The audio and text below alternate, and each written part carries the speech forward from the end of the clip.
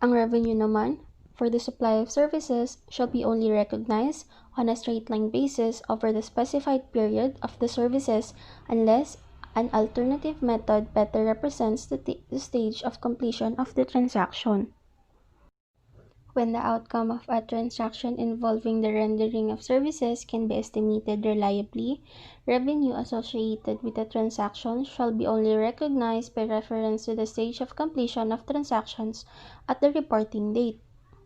Practical purposes, kapag ang services ay na-perform by an indeterminate number of acts over a specific time frame, ang revenue ay na-recognize on a straight-line basis over the specified time frame unless there is a better evidence na nagre-represent sa stage of completion. When the outcome of the transactions involving the rendering of services cannot be estimated reliably, ang revenue ay dapat ina-recognize lang only to the extent of the expense recognized that are recoverable.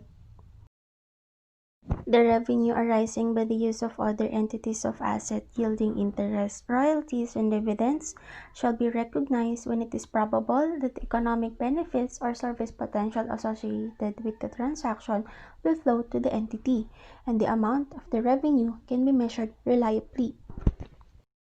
The interest shall be recognized on a time proportion basis that takes into account the effective yield on the asset. The royalties shall be recognized as they earned in accordance with the substance of the relevant agreement. Sa dividends naman, nire-recognize lang ang revenue kapag ang shareholders or entities' right to receive the payment is established. Lahat ng revenue na nabanggit shall be measured at the fair value of consideration received or receivable. Any amount of trade discount and volume rebates allowed by the entity shall be taken into account. Exchanges of goods or services for similar and dissimilar goods or services are exchanged na may kaparehang nature and value, the exchange is not regarded as transactions na nagge-generate ng revenue.